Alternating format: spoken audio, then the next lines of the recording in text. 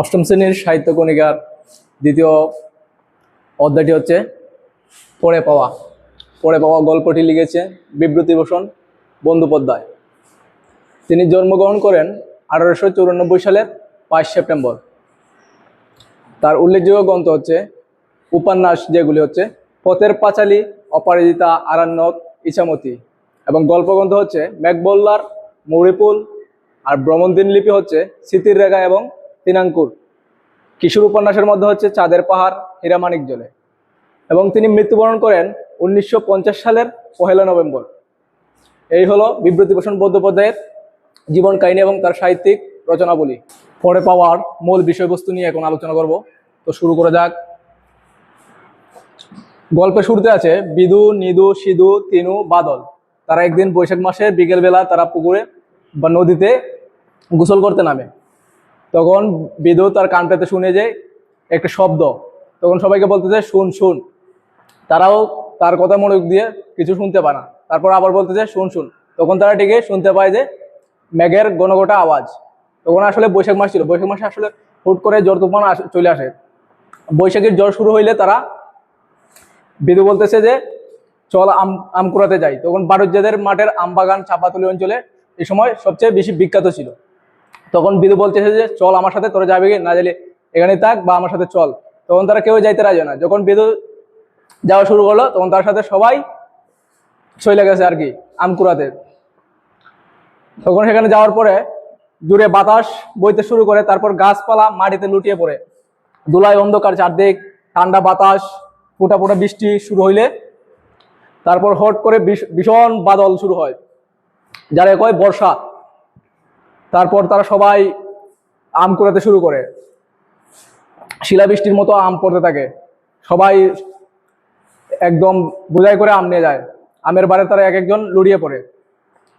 তারপর সন্ধ্যা বয়ে আসলে সবাই চলে যায়। তখন শুধু থাকে বাদল আর বিদু। তারা সন্ধ্যার সময় বাড়ির দিকে রওনা হয় নদীর রাস্তা দিয়ে। তখন তারা বাড়ি যাওয়ার সময় অনেক গাছগাছরা খাটা তার পেরোতে হয়েছে। তারপর হঠাৎ করে হুজুটকায় বাদল, পায়ের মাঝে হুজুটকে সে পড়ে যায়। তখন বিদুরে বলতেছে দেখতো কি যেন পায়ের মাঝে লাগছে আর কি। তখন বিদু দেখে যে টিনের বাস্ক, চাবি বন্ধ। তখন সে বাস্কটা পেয়ে বিদু বলতেছে আমাকে দেখাতো। তারপর দেখলো আর কি।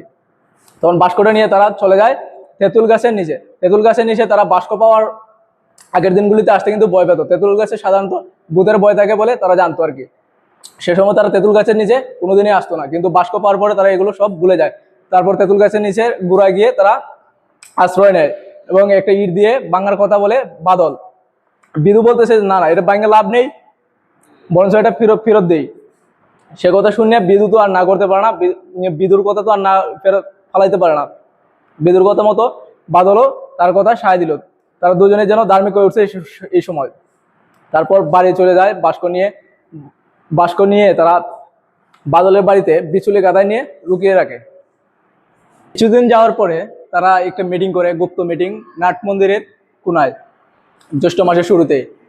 তারা ওই যে বাস্কটা পেয়েছিল, এই বাস্কটা ফেরত দেওয়ার লাগি তারা বিভিন্ন উপায় অন্তর খুঁজে চেষ্টা করে। বিভিন্ন কল্পনা জল্পনা শেষে তারা একটা উপায় খুঁজে পায় বাস্কটা ফেরত দেওয়ার জন্য। উপায়টা খুঁজে পেয়েছিল কিন্তু বিদু সবচেয়ে তাদের মাঝে ছিল প্রচন্ড বুদ্ধিমান। বিদু উপায় খুঁজে পায়। তারপর তাদেরকে বলে যে একটা কাগজ নিয়ে আয়।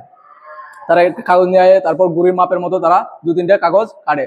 তাদের বিজ্ঞাপন দেওয়া হয় যে যার বাস্ক হারিয়ে গেছে তারা যেন রায়বাড়িতে খোঁজ করে। তারপর কয়েকদিন যাওয়ার পরে বাস্কর খুঁজে একজন কালো রঙের রোগা লোক আসে ওই বাড়িতে। ওই ব্যক্তি আয়া কইতেছে যে বিধুভূষণ কার নাম, মানে তার নামটা ব্যঙ্গ করছে ওই ব্যক্তি। এমনিতেই সে রেগে যায়। তারপর বলতেছে যে কি ধরনের বাস্ক বা কিসের বাস্ক। সে বলতেছে কাঠের বাস্ক। কই না, এটা তো পাই নাই। তারপর কইতেছে টিনের বাস্ক। টিনের বাস্ক তার যে বর্ণনার সাথে মিলে নাই। তারপর কইতেছে যে কি রঙের বাস্ক, কই কালো রঙের বাস্ক। কালো রঙের টিন ছিল, সেটাও তার বর্ণনার সাথে মিলে নাই, তার বাস্কর সাথে মিলে নাই। তারপর বাস্ক দেয় নাই, সে চলে যায়। তারপর এভাবে 1-2 দিন যাওয়ার পরে 3-4 দিন পর আরেকজন লোক আসে ইয়ার কাছে, বিদুর কাছে আসে। তারপর সে আইয়া কইতেছে যে বাস্ক তার বর্ণনা দিছে, সে বর্ণনার সাথে মিলে নাই। তারপর বরং সে আরো শাসিয়ে গেছে যে সে দেখে নিবে, এই গ্রামের দ্বারকার কাছে সে নালিশ করবে, তাদেরকে দেখে নিবে। এই বলে আবার সে চলে যায়। তারপরে এভাবে যাওয়ার পরে কিছুদিন পর নদীতে চলে আসে বন্যায় দেখা যায় যে বড় বড় গাছ, দু একটা গরু, তারপর গড়ের ছালা, এই কুমড়ো পটলের আবাদ জমি, এগুলো সব বাইসা যায়। অম্বরপুরের চরের কাপালিরা নিরাশ্রয় পড়ে এই বন্যায়, তাদের আর কিছু থাকে না সম্বল। তারপর এইভাবে বন্যা শুরু হওয়ার পরে কিছুদিন যাওয়ার পরে চণ্ডী মণ্ডপে একজন লোক আসে ওই বিদ্যুতের বাড়িতে গ্রামের বাদুই কুমোর কুয়ো কাটানোর জন্য মজুরি চাইতে আসে। তারপর আসে দু একজন প্রজা আসে যে তার কাজ না পাত্র সব এগুলো জমা দেওয়ার লাগি এসেছিল। তখন তার পাশে এই তার দুই ভাই বিধু এবং তার ভাই পড়াশোনা করতেছিল তার বাপের শাসনে। তারা এমনভাবে বই উঠেছিল যেন তারা পড়তেছে, আসলে তারা পড়ে নাই, তার মনোযোগ ছিল তাদের কথোপকথনের দিকে। বাবা আর কাপালির মধ্যে যে কথোপকথন শুরু হয়েছিল, তার বাবা বিদুর বাবা তাকে তামাক খেতে দেয় এবং ওই ব্যক্তি এসেছিল চাকরির খুঁজে। কাপালি তামাক খাওয়ার পরে বিদুর বাবার কাছে তার দুঃখের কথা কইতেছে যে গত জ্যৈষ্ঠ মাসে সে নির্বিষ্কুলের হাট থেকে গরুর গাড়ি দিয়ে ফিরছিল। হাট বাজার করার পরে সে ছোট মেয়ের বিবাহের লাগি হাট থেকে গয়না কিনছিল, দামি দামি গহনা কিনছিল। 250 টাকার গহনা এবং নগদ 50 টাকা সে টিনের বাস্কে রেখেছিল এবং বাড়ি ফেরার পথে ওই গরুর গাড়ি থেকে বাস্কটি হারিয়ে যায় এবং সেই বাস্ক আর খুঁজে পায় নাই, কোনো হদিস মিলে নাই।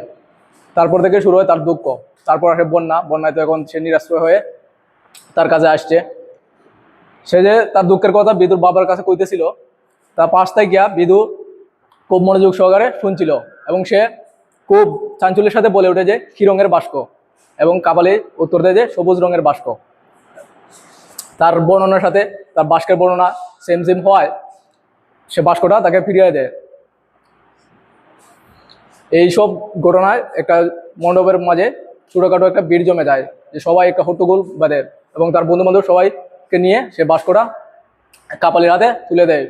কাপালি সে বাস্ক পেয়ে হকচকিতে তার মনের আনন্দে তার চোখে জল চলে আসে এবং সে সবাইকে বলতে থাকে, ঠাকুর মশাই আপনারা মানুষ না দেবতা, গরিবের উপর আপনাদের এত দয়া।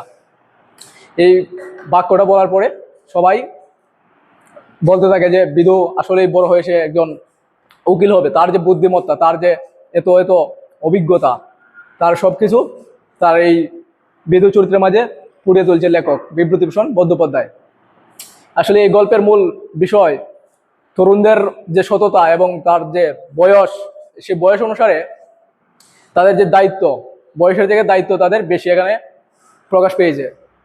তরুণদের সততা এবং তার চারিত্রিক গুণাবলী এগুলো লেখক সুন্দরভাবে ফুটিয়ে তুলেছে এই পড়ে পাওয়া গল্প এবং বাস্কটি কুড়িয়ে পাওয়ার মধ্য দিয়ে।